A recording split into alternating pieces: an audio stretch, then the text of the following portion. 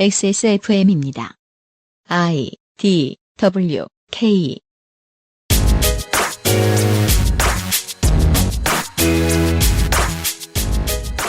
먼 나라, 이웃 동네.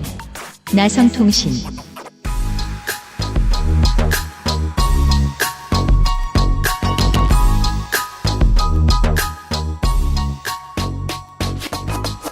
어제에 이어서 홍영훈 나성인이 나와 있고요. 네, 홍영훈입니다.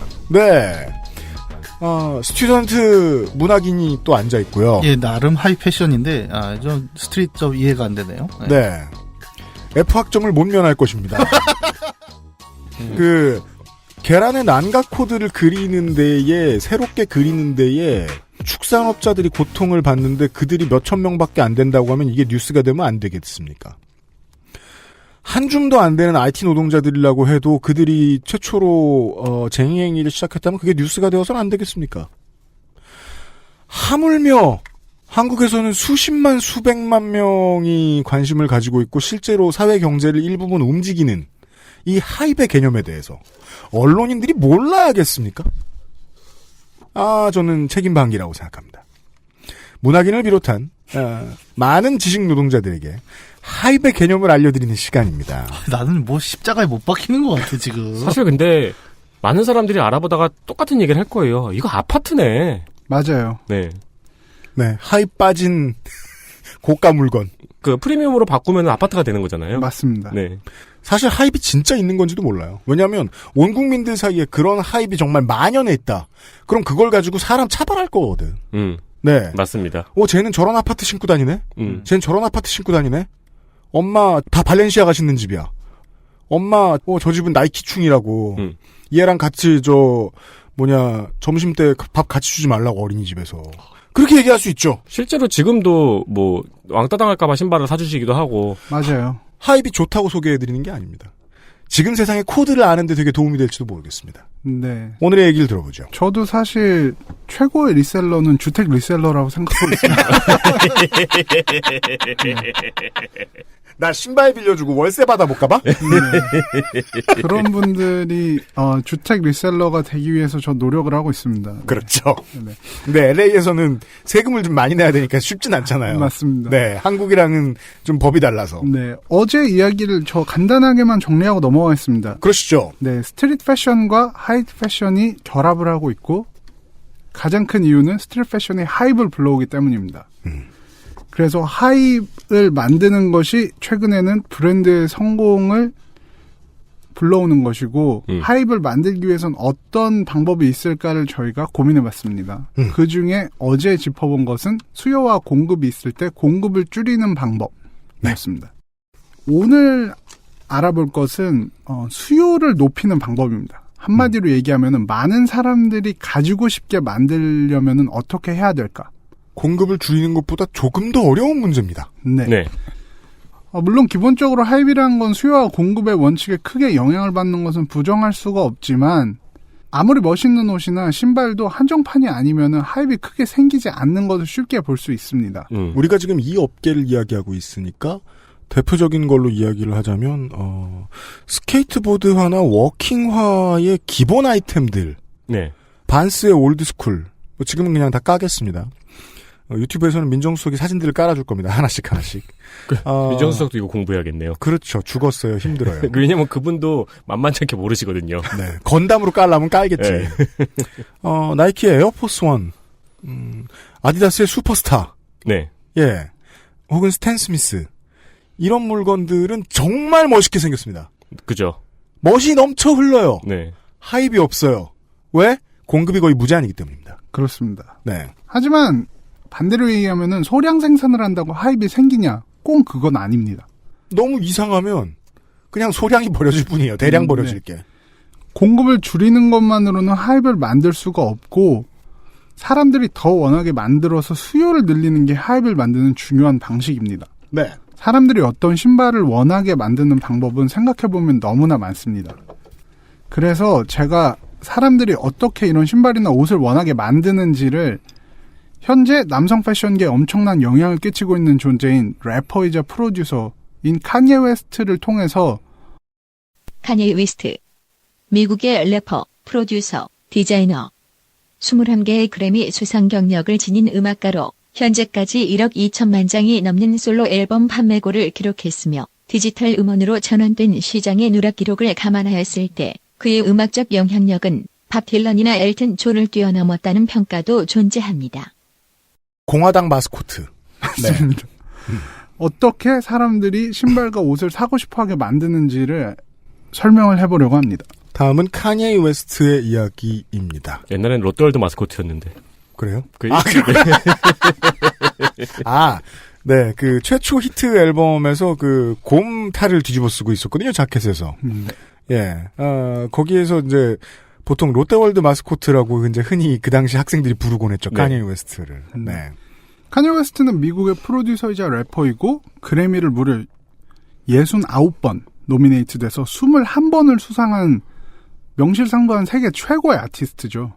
네. 예를 들어 뭐 이런 얘기를 합니다. 50년대는 엘비스 프레슬리, 60년대는 비틀즈, 70년대는 엘튼 존, 뭐 이런 식으로 얘기해요. 2010년대를 양분한 아티스트입니다. 드레이크와 카니에 웨스트. 맞습니다. 네. 흑인 음악계를 넘어서 전 세계 음악계에 미치는 영향을 고려하면은 카니에 웨스트 정도의 파괴력을 지니는 사람은 손에 꼽을 정도라고 봐도 과언이 아니죠. 그렇죠. 그런데 카니에 웨스트는 패션계에서도 엄청난 영향력을 발휘하고 있습니다. 그리 되었습니다. 네, 카니에 웨스트는 처음에 힙합씬에 등장할 때부터 남들과는 다르게 자신만의 패션 스타일이 있었어요. 네. 카니에 웨스트 자체가 다른 래퍼들처럼 빈민가 출신이 아니고 중산층 가정 출신이었고 문화적인 혜택을 어느 정도 받고 자랐기 때문에 다른 래퍼들이 흔히 자기네들 빈민가에서 입던 옷 스타일과는 다른 깔끔한 스타일에 대한 취향을 가지고 있었던 거죠. 아까 뭐 말씀해 주셨습니다만 대퍼댄으로 대표되는 흔한 스트리트 스타일의 돈을 처바른 그것과는 좀 달랐습니다. 그러니까 그 1세대였죠. 그 중산층에서 자란 래퍼. 뭐 꼭 그렇진 네, 않은데. 뭐 대학 나온 래퍼. 네. 뭐 그 앞에도 있긴 있는데. 예를 들면 요런 거를 상상해 봐주시면 좋겠습니다. 요즘은 뭐 동네에 그 아트박스에도 다 파니까 선글라스처럼 보이는데 가까이서 보면은 플라스틱으로 이렇게 가로줄 가 있는 셔터 쉐이드요? 네. 셔터 쉐이드라고 합니다. 안과에서나 쓰는 이 물건을 처음으로 패션템으로 만들어냈죠. 카니에 웨스트가. 네. 그 외에도 많습니다. 거기서부터 시작이에요. 네. 2000년대 후반이었는데 카니에 웨스트가 3집을 발매하고 나서 상업적으로 가장 성공적인 시기를 보내고 있었죠. 근데 이때도 패션 아이콘으로서 이름이 높았는데 나이키와의 협업을 진행하게 됩니다. 카니에 웨스트의 별명인 이지에서 이름을 따온 에어 이지가 2009년에 발매됐습니다. 네. 에어 이지의 발매는 굉장히 독특한 의미를 지니는데 나이키는 어쨌든 스포츠 브랜드고 스포츠 선수가 아닌 사람의 이름을 따서 신발을 만드는 것이 당시가 처음이었어요. 그렇습니다. 나이키에 비하면 변방이라고 할 수 있는 아디다스나 리복은 2000년대, 90년대, 80년대에 비슷한 시도를 한 적이 있었는데 하지만 에어 이지하고는 차원이 달랐습니다. 아티스트들의 얼굴이나 이름이 써져 있는 그런 류의 원래 있던 디자인의 스니커라든지 네. 그냥 한정판 정도 잠깐 나오고 마는 것 정도를 만들었다거나 아니면 리복은 50센트 시그니처를 만들어준 적이 있어요. 하지만 디자인에 참여했다거나 컨셉 전체를 그 아티스트가 지배해버린 경우는 없었습니다. 네. 이전까지. 나이키라는 회사 자체가 제가 최근에 슈독이라는 나이키 창업자 필라이트의 자서전을 읽었는데 나이키라는 회사 자체가 본인들이 스포츠를 서포트하는 브랜드라는 것에 대해서 굉장히 자부심이 커요. 그래서 이제 스포츠 선수가 아니면은 이런 상품을 만들어주지 않았었는데 카니에 웨스트는 이런 벽을 어떻게 보면 깬 거죠. 네. 네. 나이키가 스포츠 선수들의 이름을 따서 시그니처 스니커를 만들어 온 이유는 간단합니다. 스포츠 선수를 이용한 스토리텔링을 통해서 많은 하이브를 만들어 왔기 때문이죠. 네. 정말 유능한 스포츠 선수들은 무조건 드라마를 만들어내거든요. 네. 그 드라마 때 신고 있던 것을 봅니다. 이게 이제 미국 스포츠 선수들의 성공의 촉도를 가늠하는 방법이었죠. 네. 이름 딴 신발 나왔나? 맞습니다. 네. 가장 대표적인 신발이 에어 조단입니다. 네. 마이클 조던. 미국의 전 농구 선수. 사업가. LA, 바르셀로나 올림픽 금메달리스트. 2016년 미국 대통령 자유훈장 수훈자. 이 사람을 왜 소개해야 하죠? 마이클 조단이 화려한 커리어를 쌓는 동안 신었던 에어 조단이 모든 사람들이 원하는 신발이 돼서 30여 년이 지난 지금까지도 사랑을 받고 있는 겁니다. 심지어 디자인도 못 바꿉니다. 색깔만 바꾸지. 네. 디자인을 바꾸면 사람들이 원하지 않거든요. 안 사요. 음. 그러면. 미국에서는 조던의 인기가 어느 정도냐 하면은 한때 조던 브랜드의 스니커 판매를 통한 매출이 아디다스를 제친 적도 있었습니다. 나이키의 서브 브랜드 정도 되는 하나의 브랜드가 아디다스사 전체를 잡아먹을 정도의 매출을 기록했던 적이 있습니다. 네. 그때 번 돈을 손에 쥐고 마이클 조던 구단주는 지금 구단주가 됐고 네. 그 구단 처음 샀을 때에 비해서 지금 가치가 3배인가 올랐어요. 네, 그래서 저희 신발 모으는 사람들에서는 이제 마사장님 이렇게 많이 부르죠. 네. 마사장님께 조공하는 것이 인생. 네. 이런 인기를 끌 수 있었던 이유는 조던이 커리어 내내 굉장히 좋은 스토리, 드라마틱한 스토리를 만들어냈고 네. 이런 스토리들을 기억하는 사람들이 다 신발을 원하게 만들었기 때문이죠. 조던에 관련한 스토리는 너무 많은데 그냥 몇 개만 추려서 이야기해보면 가장 대표적인 것이 조던 1탄이라고 불리는 에어 조던의 첫 번째 모델 중에서도 검은색과 빨간색을 조합한 브레드 모델에 대한 이야기입니다. 네. 당시 지나치게 화려한 색이라는 이유로 NBA에서 마이클 조던의 에어 조던 착용을 금지시켰습니다. 3가지 이상의 색깔이 섞인 신발을 신으면 안 된다는 조항이 리그에 있었는데 빨간색과 검은색과 흰색이 섞여 있었습니다. 네. 하지만 나이키는 이 벌금을 매번 대납해주면서 에어 조던을 신게 만들었죠. 그 검빨이 그렇게 예쁜 건 아니잖아요. 근데 이건 이제 시카고 불스의 컬러였잖아요. 네. 시카고 불스의 컬러의 조던 에어 조던 1입니다. 잠깐 유튜브를 통해서는 확대를 좀 해볼까요? 별거 아닙니다. 우리가 그냥 길에서 보는 그런 신발이죠. 네. 모르시는 분들은 5만 원 하냐라고 하실 수 있는데 지금은 아마도 리셀러를 개인 대 개인으로 만나면 좀 더 싸니까 한 7,800달러 정도로 거래되는 것으로 알고 있고 리셀 샵에서는 1,000달러를 넘어갈 겁니다. 시카고의 홈 컬러라고 불리는 컬러고요. 여기에서 흰색을 빼고 검은색을 바탕에 집어넣으면 그게 블랙 앤 레드의 줄임말입니다. 그건 이제 북산의 컬러가 되죠. 그렇습니다. 네, 저 신발이 최근에 좀 더 화제가 됐던 거는 스파이더맨의 애니메이션. 맞습니다. 네, 그 스파이더맨 캐릭터가 신고 나와서 더 화제가 됐고 나이키에서는 그것에 맞춰서 여기서 조금 디자인을 바꾼 걸로 스파이더맨이라고 이름 지은 모델을 내놨죠. 네. 그것도 너무 비쌉니다. 근데 이제 최근엔 이런 이야기가 사실이 아니라는 주장도 좀 있는데 금지된 거. 네, 금지되진 않았다는 얘기도 나오고 있지만 어쨌든 이런 스토리가 당시부터 화제가 되면서 밴드라는 별명이 붙었어요. 금지된 신발이라는 뜻이죠. 뭐 사람들이 이제 이런 스토리가 생기니까 미친 듯이 신발을 사게 되는 거죠. 네. 이 신발은 1986년 발매 이후로 여러 번 재발매됐는데 2016년 재발매된 모델은 정가가 $160였지만 리셀가는 $500에서 $600 선에 거래되고 있습니다.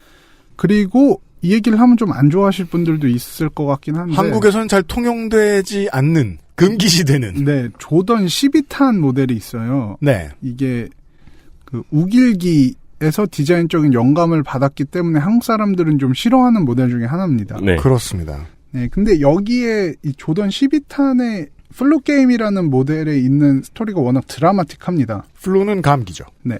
1997년 6월 당시 조던은 불스 소속으로 유타 재즈와 파이널 5차전을 치르고 있었는데 44분 동안 출전해서 38.7 리바운드, 5 어시스트, 3스틸을 기록해서 승리를 이끌었습니다. 그냥 승리팀 에이스의 기록입니다. 네. 하지만 당시 조던 몸 상태가 말이 아니었던 것이 후에 밝혀졌죠. 제대로 서 있지도 못할 정도로 아팠고 실제로 게임이 거의 끝나갈 무렵에 유타가 작전 타임을 부르는데 스카티 피펜의 부축을 받으면서 벤치로 가는 장면은 아직도 굉장히 유명한 사진으로 역사에 남아 있습니다. 경기 시간 도중에는 펄펄 날다가 작전 타임을 부르자 실려나가는. 네. 네. 후에 밝혀진 바에 따르면 감기가 아니라 식중독이었다고는 하지만 더 심하죠, 사실. 그죠. 네.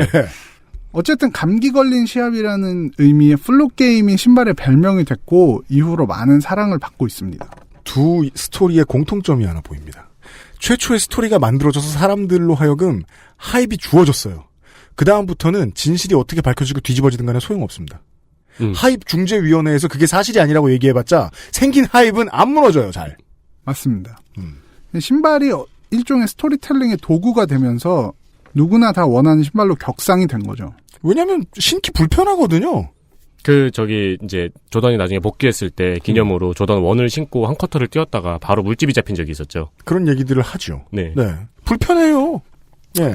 사실 저는 신발 모으는 친구들이랑 이런 얘기도 해요. 조던 1턴, 저게 30년도 더 전에 나온 신발이기 때문에 걸어다니면 너무 불편하다. 네. 하지만 그럴 때마다 우리는 조던 형님이 이 신발을 신고 40점, 50점을 내셨던 걸 기억해야 된다. 너희들이 걸어다니면서 불편하다고 하는 것은 모욕이다. 심지어 애국 코드 같은 것도 적혀 있죠? 그 하이베는. 네. 네. 이 정도 강박은 줘야 사고 싶죠? 그렇죠. 네. 네네. 아니, 금전적인 걸 빼면 종교라는 느낌도 들어요, 정말. 금전적인 걸 합해도 정교죠. 마사장님은 종교에 가깝습니다. 네. 그럼요. 조던이 커리어의 중요한 순간마다 신었던 신발들은 영원히 역사와 기록에 남아서 문화적인 영역이 떨어지지 않고 있습니다. 당연히 아직까지도요. 수요를 더 많이 창출해냅니다. 제가 아는 누나 중에 이런 조던을 엄청 모으는 누나가 한 분 계신데 그분은 조던이 뛸 때 사진을 엄청나게 모아놓고 계세요. 어떤 신발이 조던이 직접 신었던 것인가 아니면 후에 다시 다른 색깔로 나온 것인가를 굉장히 예민하게 반응하십니다. 그죠. 조던이 직접 신었던 신발만 난 모은다 이렇게 생각을 하시거든요. 전문용어로 리트로 원리주의자라고 합니다. 네. 그래서 매년 나이키는 그 당시 90년대 나이키는 새 모델을 내놔야 조던 브랜드를 장사할 수 있으니까 새 모델을 내놓는데 아버지의 사망 이후로 마이클 조던 사장은 잠시 야구로 빠지죠. 네. 그때 나왔던 조던 오리지널은 가치가 높지 않습니다. 실제 경기에서 신지 않았기 때문이죠.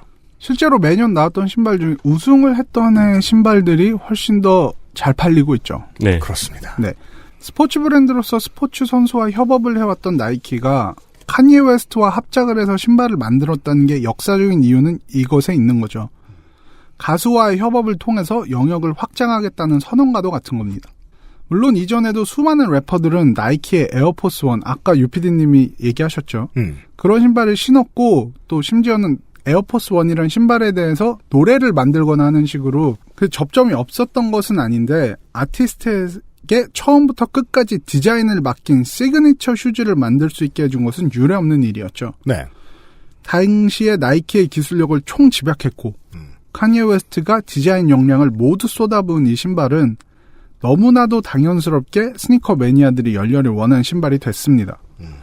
마치 조던이 결승전에 신발을 신고 나오는 것처럼 카니에 웨스트는 에어 이지를 2008년 그래미 시상식 공연을 신고 나와서 역사에 남기게 됐습니다. 그렇습니다.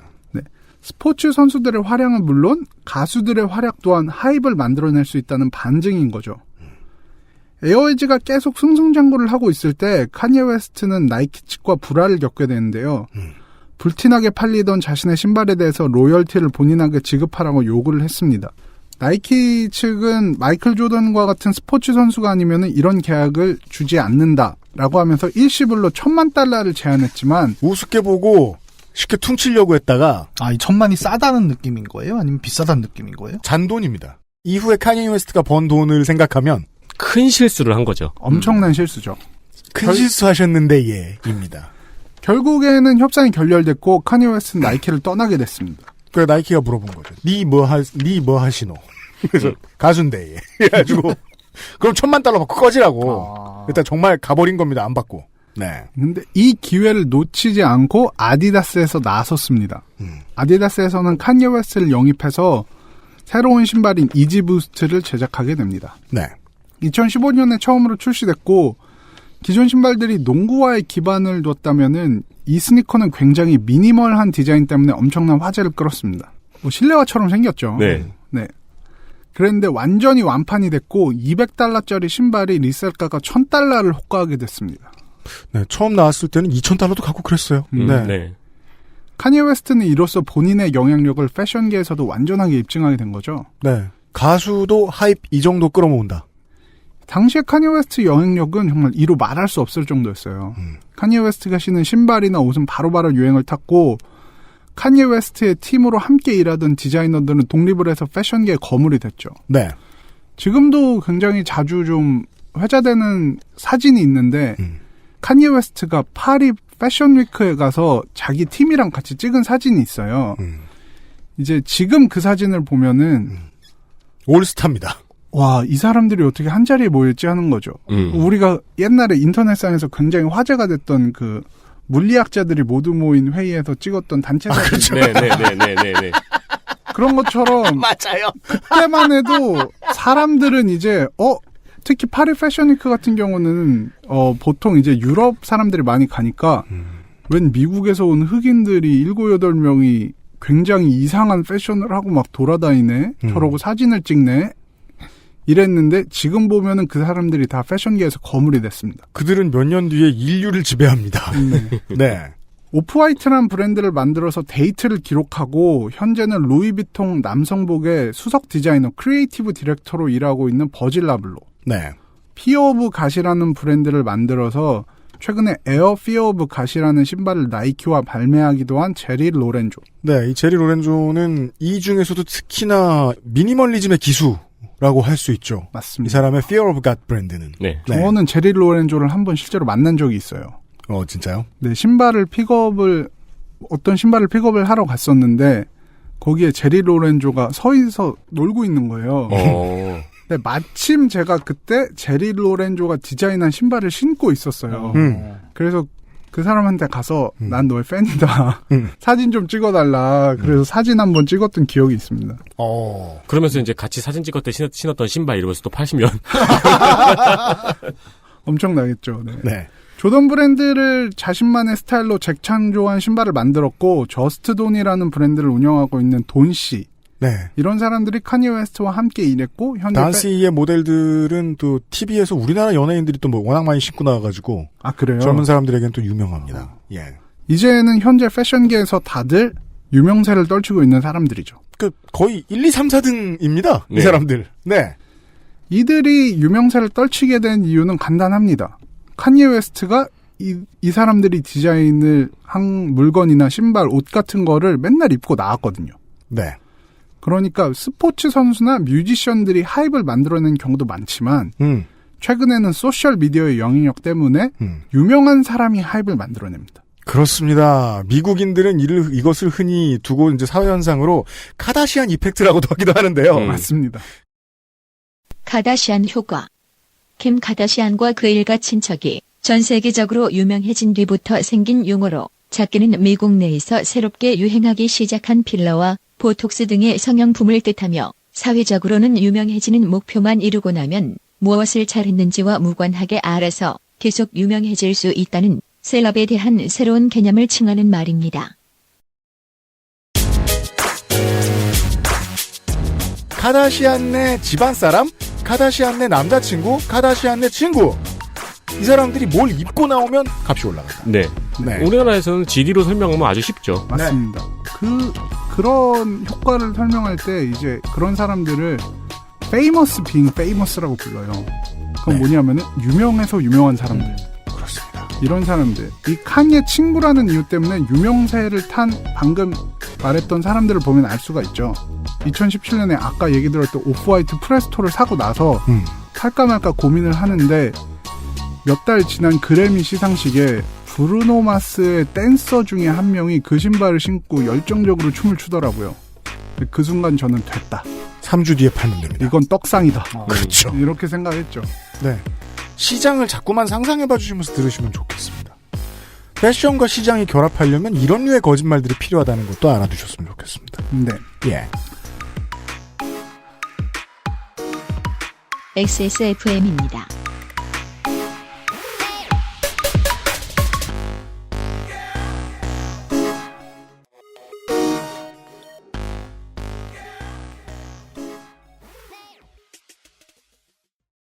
콕 집어 콕. 깔끔한 맛의 경기도 김치를 만들기 어려울 땐 콕 집어 콕. 오차 없이 지켜지는 절임 과정, 양념 배합, 저온 발효, 숙성. 정부가 보증한 전통 식품 인증 업체예요. 그러니까 김치가 생각날 땐 콕 집어 콕. Bluetooth, headphone, speaker, Sony, Monster, wireless. Join the freedom. XS Mall. JJL. Speaker. Charge 3. Bluetooth speaker. Go. Clarity. HDBT. Headphone. Bluetooth. Sony, Monster, JBL. Meet the speaker. Join the freedom. 액세스몰. 건강기능식품 광고입니다.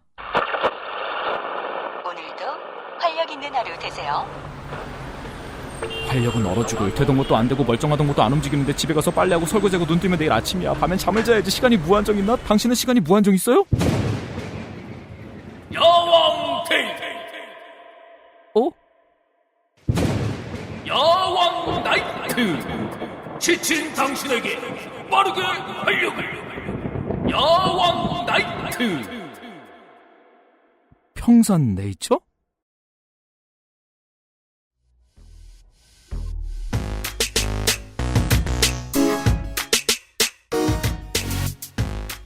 그러니까 제가 여기서 이야기하고 싶은 거는 하이브라는 게 스포츠나 음악과 관계없이 유명세를 통해서도 생기는 것이라는 사실입니다. 유명하기만 해도 된다.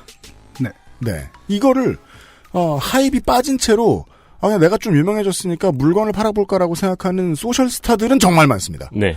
하이브의 원리를 몰라서 그냥 막 스폰 받은 물건들 막 쓰는 거 보여주고 막 이런 거 하는 사람 되게 많죠. 어설프게 흉내를 내는 중입니다. 네.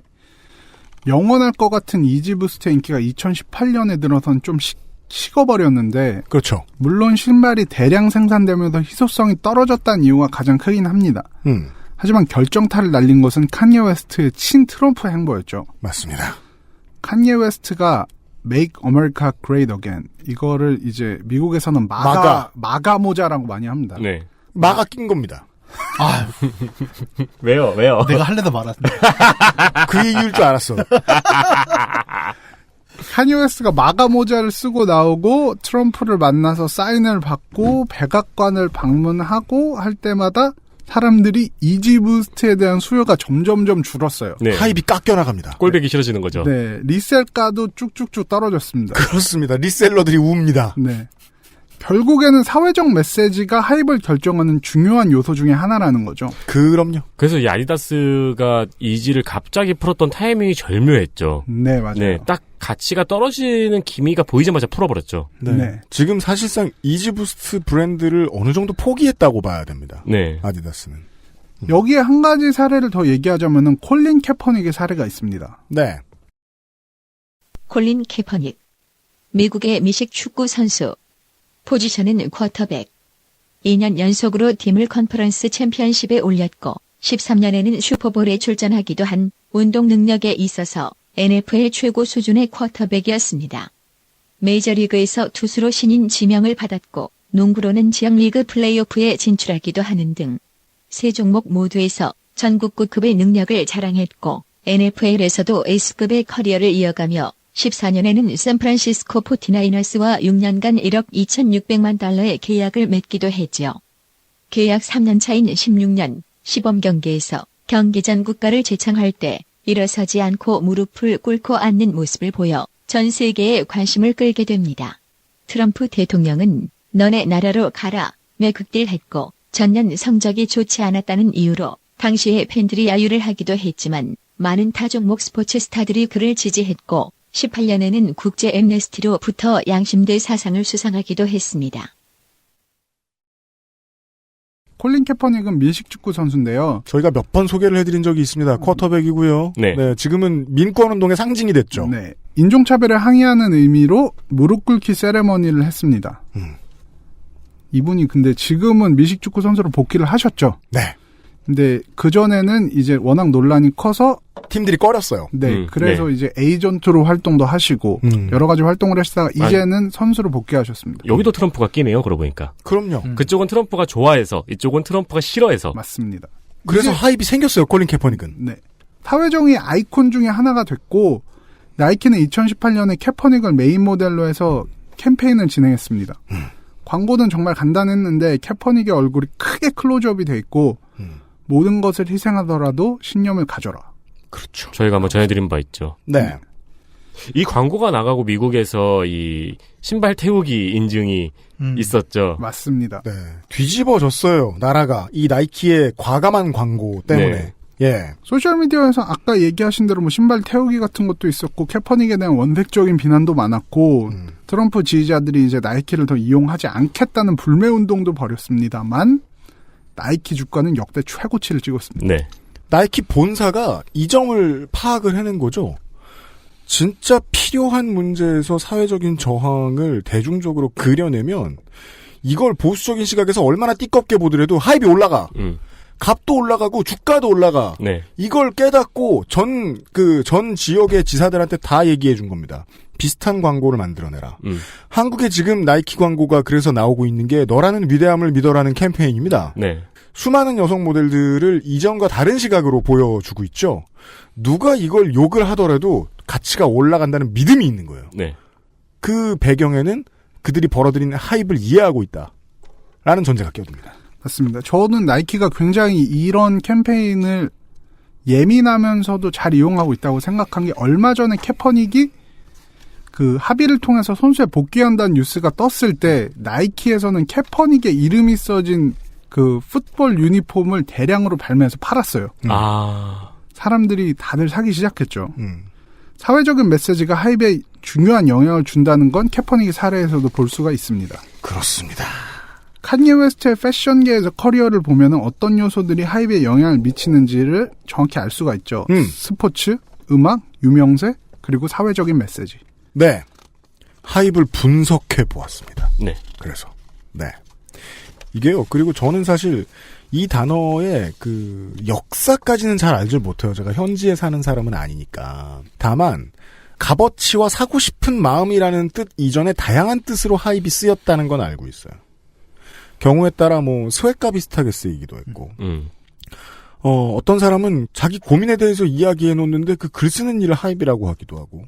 동사로서 다양하게 쓰였다는 것도 네. 알고 있거든요. 중요한 건 이제 제가 방송하면서 이제 미국 사회에서 주스라는 단어의 용례에 대해서 한번 잠깐 지나가다 얘기한 적이 있었던 것 같은데 90년대에는 사람들이 가지고 싶은 권력의 총합으로서 주스를 뜻하는 경우가 되게 많았어요. 네. 왜냐면 평상시에는 그전에는 무슨 마약을 주스라고도 부르기도 했고 돈이나 돈의 흐름을 주스라고도 부르기도 했는데 그거를 다 퉁쳐가지고 대명사처럼 돼버리니까 권력이 된 거예요. 네. 예.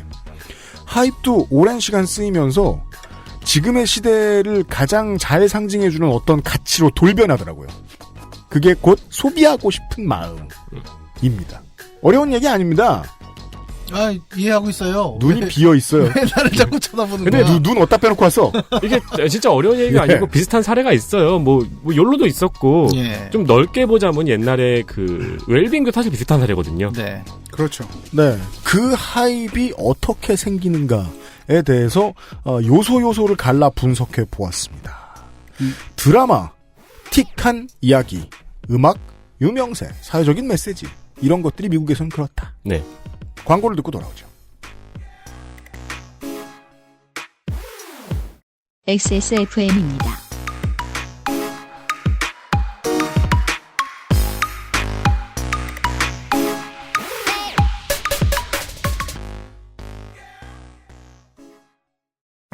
쓰는 사람에 따라 느낌이 다르니까 마음에 들지 않는다면 100% 환불. 29데이즈니까 가능합니다.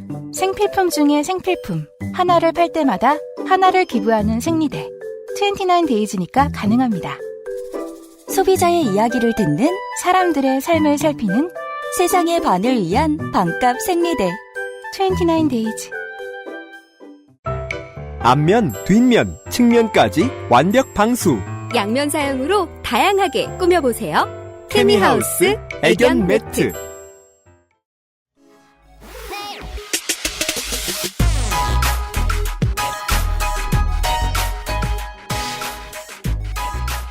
네.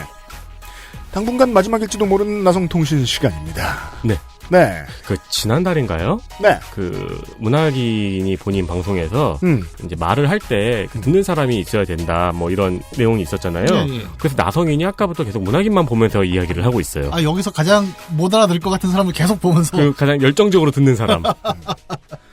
유튜브에서는 현재 좀 전에 나성인이 설명을 광고 전에 해주셨던 버질 아블로우, 현재 루이비통 수석 디자이너가 네.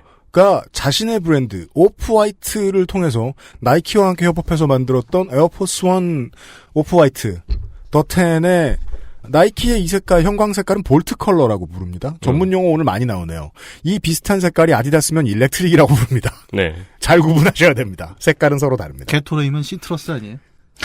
그건 게토레이라고 불러요. 아, 그래요? 네. 네. 게토레이 컬러 따로 있습니다. 그 신발도 있어요. 야, 본전도 못 건진다고. 오프화이트의 패션 컨셉을 아주 잘 드러내주는 작품이라면 작품입니다. 오프화이트의 디자인의 컨셉, 가장 중요한 컨셉은 안과 밖을 뒤집어서 만들어 놓는 컨셉입니다. 그래서 이 잘라놓은 스폰지가 그대로 보이고 상표도 안에 들어가 있어야 할 것이 그대로 보이고 그리고 안에 물건에 써져 있는 이런저런 글자들이 써 있습니다. 예를 들면 신발끈에는 신발끈이라고 써 있고요. 에어에는 에어라고 써 있고요. 회사 로고가 들어갈 부분에는 회사 로고가 써 있습니다. 어디에 들어가야 되는지 박스에 들어갈 것들이 써 있습니다. 네. 안과 밖을 바꿔서 보여주는 것은 예술적으로는 산업 그 자체, 이 산업을 이루고 있는 디자이너부터 공장까지의 과정을 모두 소비자에게 드러내놓은 상품이라는 의미가 예술적인 해석인데요. 네. 그래서 케이블 타이가 붙어있죠. 이것이 공장도다 라는 것을 과시하기 위해서. 이 버질 아블로의 해석은 너무도 명확하고 명쾌했기 때문에 뒤쪽에는 로고가 들어갈 자리에 로고라고 써 있습니다. 잘 안 보이는군요. 네. 아, 이 케이블 타일 달고 신고 다니는 거예요, 그러면? 그렇죠. 원래 제품이 이렇습니다. 이걸 끊으면 미친놈입니다. 팔 수 없어요, 그 다음부터. 저 케이블 타이만 엄청 팔아요. 네. 아무 케이블 타이나 얼마 안 되고. 여튼. 저는 제일 궁금한 게 저거 네. 리셀로 사셨나요? 네. 왜냐면 유피디님은 당첨이 한 번도 안 됐거든요. 너무 화가 나서. 이러한 예술에 대한 명석한 해석이 예전에는 하이패션 명품에 몰려 있었다면 지금은 스트릿 패션으로 모이고 있습니다. 네. 그 점을 버질 아블로의 상품들이 설명해 줍니다. 요런 이야기를 했습니다. 패션에서 하이브라는 건 어떻게 적용되는가? 네. 그리고 그 하이브는 세상을 얼마나 많이 잠식해가고 있는가? 뭘 바꿨는지 모르겠어요. 잠식해가고 있는가를 이야기를 해보았습니다. 예. 홍영훈 나성인과 함께하고 있어요. 결론입니다. 결론으로 넘어가겠습니다. 아까도 이야기했지만 최근의 패션 트렌드는 결국 하이브에 좌우되고 있고 하이브는 소비자의 반응에 직접적으로 영향을 받는 개념이죠. 한마디로 얘기하면 이제 패션 시장은 공급자 위주의 시장에서 소비자 위주의 시장으로 돌아가고 있다는 것입니다. 주제문입니다. 아, 그렇군요. 네. 우리가 주는 것을 입어가 아니고 소비자들은 하이브는 우리가 쌓을 테니까 가져와 보시지. 맞습니다. 라거펠트의 선생님 몇 명과 라거펠트의 문화생 몇 명과 라거펠트와 친한 그 주변의 평론가 몇 명이 올 SS의 상품을 결정하는 게 아니라는 거예요. 네. 물론 그동안 패션계에서 소비자가 중요하지 않았던 얘기는 아니죠. 하지만 전통적인 패션계에서는 디자이너를 비롯한 공급자들이 대중을 주도하고 유행을 창조해낸다는 개념이 지배적이었고 따라서 패션계의 유행은 공급자의 손에 달려있다는 게 일반적인 인식이었습니다. 디자이너 한두 명의 천재. 네. 하지만 이제는 달라졌습니다. 소비자들이 유행을 주도하기 시작한 겁니다. 이런 현상을 가장 대표적으로 보여주는 것이 버질 아블로의 루이비통 입성입니다. 네. 네. 버질 아블로는 패션업계에서 보면은 흔히 보이는 조건을 하나도 갖추지 못한 사람입니다. 칼 라거펠트와 비교를 하면 잘 보일 거라고 생각을 하는데 네. 유럽 출신의 백인 남성으로 장인에게 사사하면서 능력을 키웠던 라거펠트는 전형적인 패션업계의 경력을 가지고 있죠. 네. 바느질 좀 했던 사람. 그렇죠.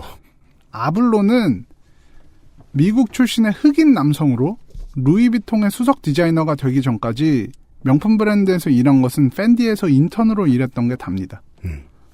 전통적인 예술 작품에는 크게 관심이 없고 대중예술의 영감을 많이 받으며 현재 DJ로도 활동을 하고 있습니다. 그렇습니다. 네. 버질 아블로는 패션 학교도 나오지 않았고 대학원을 졸업했는데 건축학과를 졸업했죠. 졸업쯤에 카니에 웨스트를 만나서 그의 크리에이티브 컨설턴트라는 직업으로 활동을 합니다. 앙투라지죠? 이게 그러니까 뭔지는 저도 모르겠습니다. 땡봉이죠? 그러니까 뭐냐면, 옆에서 영감이 될 때까지 계속 친구해주는 사람? 맞습니다.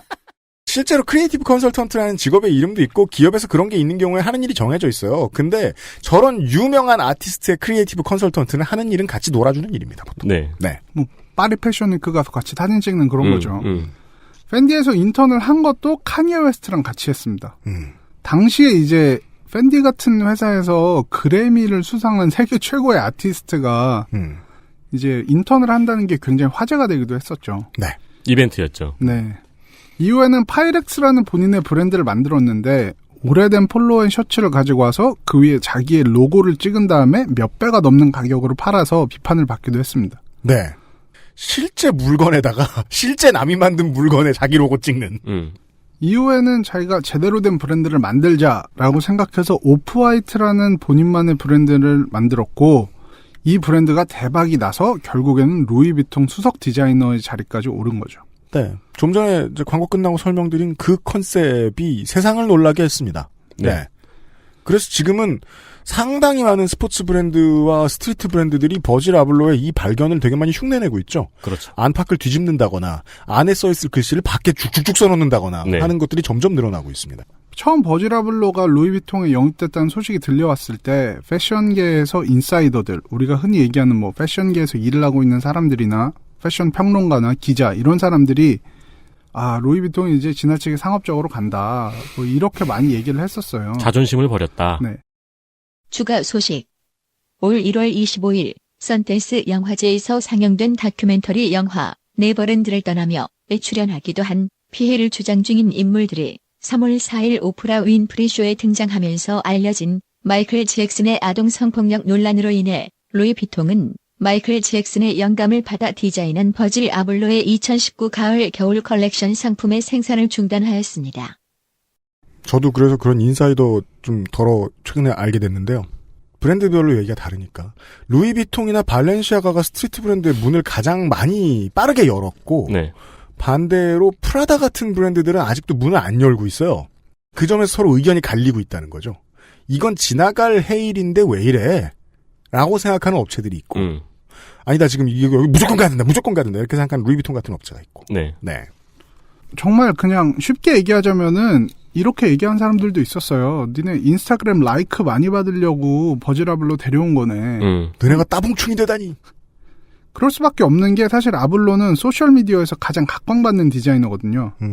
오프화이트는 소셜미디어에서 가장 자주 보이는 브랜드 중에 하나인데 사실 오프화이트의 시그니처 디자인이라고 할 수 있는 사선 이런 디자인은 소셜미디어에 딱 띄워놓으면 정말 눈에 확 띄어요. 네. 방금 이제 유피님이 보여주신 오프화이트나 나이키가 협업해서 만든 콜라보레이션 라인이죠. 더텐은 리셀가가 폭발했습니다. 네. $180 정가에 나온 조던 1턴 시카고 컬러는 지금 현재는 $3,500가 넘어가고 있죠. 네, 잘 팔리는 사이즈의 경우에는. 이게 사실상 아까 설명해 주신 그 카니에 웨스트의 나이키 모델 에어 이지 이후에 최고 수준의 하입입니다. 네. 맞습니다. 네. 버질 아블로가 최근에 진행한 루이비통 패션쇼는 그가 대체 왜 루이비통을 이끌게 됐는지를 잘 보여주는데요. 파리 패션위크에서 진행된 쇼의 테마 자체가 마이클 잭슨이었어요. 근데 이 콜렉션은 마치 인스타그램용으로 만든 게 아닌가라고 생각할 정도의 상품으로 가득 차 있었습니다. 모노그램, 우리가 아까 이야기한 그 루이비통 모노그램이 무지개색 야광으로 번쩍번쩍 빛나게 만든 가방은 이거는 찍어라. 찍어서 인스타그램에 올려라. 이렇게 만든 상품이라고밖에 볼 수가 없어요. 아, 그 과정을 정확히 예측하고 만든 것. 맞습니다. 네. 스니커 같은 것도 나온 걸 보면은 이렇게 스니커의 혀 부분에 홀로그램이 막 돌아가는 디자인들이 있어요. 네. 누가 봐도 찍고 싶습니다, 이거. 네. 그리고 전 세계 국기를 테마로 한 재킷도 있었는데 버질 아블로의 공방에서 일하는 디자이너들의 나라를 만든 거래요. 그래서 근데 굉장히 크게 태극기가 그려져 있어서 한국에서도 굉장히 화제가 됐었죠. 그래서 저는 여기서부터 이제 좀 저의 결론으로 들어갑니다. 네. 패션의 최고봉에 있는 명품 브랜드들이 스트릿 스타일을 따라가고 하입에 좌우된 이유는 단 하나입니다. 패션계에 새로운 화폐가 등장했기 때문이죠. 그렇죠. 그게 소셜미디어에서 관심이라는 화폐입니다. 아, 그게 화폐가 되는군요. 네, 이거를 이제 미국에서는 소셜 커런시라는 개념으로도 이야기를 합니다. 네. 그러니까 이전까지의 소비자들이 패션 트렌드나 패션 아이템에 대한 본인의 선호를 표현할 수 있는 방법은 딱 하나였죠. 사는 거. 네. 상품을 구매해서 좋아한다고 알리거나 아니면 나는 이 상품을 좋아하지 않는다는 건 구매하지 않는 방법밖에 없었어요. 그런데 사실 이게 완벽한 의사표시가 되냐? 사실 그건 아니거든요. 그럼요. 정말 좋지만 돈이 없어서 살 수 없는 사람도 많거든요. 그리고 반대로 얘기하면은 내가 그냥 돈이 많아서 그렇게 좋아하지 않는데 사는 사람들도 있고요. 전자는 하입이 세고 후자는 하입이 약합니다. 그렇죠. 네. 그걸 예전까지는 해석해낼 수 없던 거죠. 맞습니다. 네. 하지만 이제는 패션 브랜드들이 소셜미디어에서 팔로워 수나 라이크 수에 신경을 쓸 수밖에 없는 상황이 오면서 네. 소비자들은 돈을 쓰는 거 말고도 다른 방식으로 본인의 의사를 표출할 수 있게 된 거죠. 라이크를 찍으면은 나는 이게 좋아라고 의사를 표시하는 거예요. 안 샀음에도. 네. 소셜미디어가 등장하기 전까지는 패션계에서 이렇게 수치로 평가되는 부분이 별로 없었던 거죠. 평가의 무풍지대. 결국 하입 때문에 발생된 패션계의 변화는 민주주의라고 봐야 되죠. 내부 인사들이 결정해 나가던 트렌드는 점점 소비자들이 결정을 하게 됐고 민주주의에 점점 가까워지는 겁니다. 물론 결과가 마음에 안 드는 소비자도 있을 겁니다. 네. 그래서 그 결과를 정한 이 라이크를 누르고 리셀가를 비싸게 만든 이 사람 대중들을 그냥 중호라고 부르고 싶을 수도 있겠죠. 민주주의란 다 그런데 어쩌란 말이야. 민주주의 아직 잘 모르는구만. 버지라블로는 일종의 아웃사이더의 대표로 패션계의 가장 노른자위라고 할 수 있는 루이비통의 수석 디자이너 자리에 오른 겁니다. 패션계는 귀족의 맞춤 옷을 생산하는 것에서부터 출발을 해서 대량 생산 기성복을 선보일 때도 귀족적인 입장을 항상 견지해왔던 거죠. 대중과는 애증의 관계라고 할 수 있습니다. 자신들의 상품을 팔기 위해서는 대중의 취향을 잘 파악해야 하지만 또 지나치게 인기에 영합하면은 브랜드의 가치가 떨어집니다. 귀족은 안 입으니까요. 맞습니다. 그래서 패션계는 대중의 존재를 오랫동안 무시하면서 트렌드를 만들고 선도해 나간다고 자부를 하고 있었던 겁니다. 그렇습니다.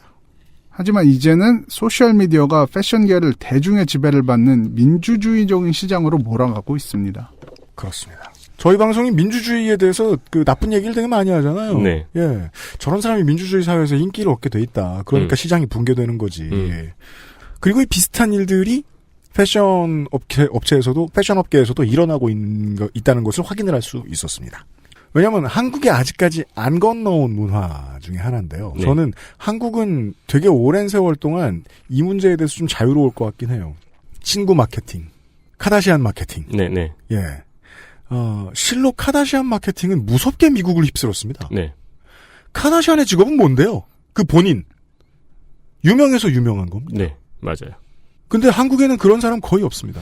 한국은 그냥 유명하다는 이유로 계속 유명한 사람은 없거든요. 예, 서로가 서로 사람을 너무 싫어해가지고 그 문제에 있어서는 괜찮을 거예요. 그렇다고 해도 뭐 다른 건 없을걸요?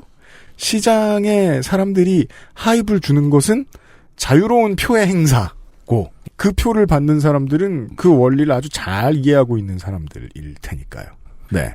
유PD님께서는 뭐 한국은 아직이라고 표현하셨지만 저는 조금 넓은 의미에서 저는 뭐 말 그대로 제가 폐할못 아니겠습니까 이 자리에서. 네. 근데 이거 넓은 의미로 저는 계속 듣다 보니까 그냥 한국 미디어 생각이 많이 났어요. 그래요? 결국 미디어 권력이란 건 되게 큰 칼이었어요. 그것이 되게 퍼블릭한 공간에 있을 때 휘둘러지던 권력의 양태와 개개인들이 각자 하나씩 작은 칼을 들고 뛰어들어서 난장이 터졌을 때 지금 상황들을 비교한다면 오늘 얘기 저는 정말 패션 얘기로 알고 왔는데 아니 미디어 얘기랑 맥락이 똑같은 거야. 지금 들어보면은. 그러니까 모두가 다 이제 한 표씩 행사할 수 있어 하지만 우리가 무서운 건 뭐냐면 이 사람들이 칼을 어떻게 휘두를까 앞으로? 그건 모른다. 그건 모른다는 거죠. 그리고 어쩌면 이 사람들이 칼을 어디로 휘두르도록 만드는. 네, 그 뒤에 또 누군가가 어떻게 역학을 만들어 나갈지는 우리가 모른다는 거예요 지금. 이제 하입이 어떻게 만들어진가 이런 얘기를 들었는데 이게 단순히 패션의 얘기만이 아니구나라는 생각이 되게 많이 들었었어요. 그럴 수 있습니다. 누군가는 사회적인 여론을 만들 때 카니에 웨스트 같은 역할을 하는 사람이 있겠죠. 그럼요. 그래서 이 하입에 대한 이야기가 하입의 개념이 사회상을 설명할 때 중요한 영감을 주는 포인트가요. 나머지의 시장과 나머지의 이제 그 민주주의 정치 시장 이런 이제 사람들이 뭐 살아가고 그 협상하고 이런 사회에는 하입이 가지고 있는 희소성을 유지하는 능력을 아직 못 배웠습니다. 시장이든 광산이든 채굴되는 곳이든 필드든 소비하는 사람들이든 모두 말라 죽을 때까지 계속 쥐어짜죠. 그러면 하입은 없어요. 네. 네. 이게 나머지 시장과 패션 시장의 다른 점입니다. 무제한으로 공급하지 않습니다. 최소한 산업혁명은 뛰어넘은 개념입니다. 산업혁명 뛰어넘기 어려워요. 유니클로랑 다르다는 거예요. 예. 여기서의 권력은 K하고 M이군요. 뭐예요, 그게? 인스타그램에 붙는. 아. 네. 이제 누가 옛날에 수필 은전한잎에 빗대어가지고. 네. 패러디한 게시물도 있었는데, 이 K 하나를 갖고 싶었습니다라고. K랑 M은 권력이 아니에요. B죠, B. 아, 네. 요즘은. B까지 올라가야죠. 그렇죠. 그런 이야기였습니다. 홍영은 나성인 수고 많으셨습니다.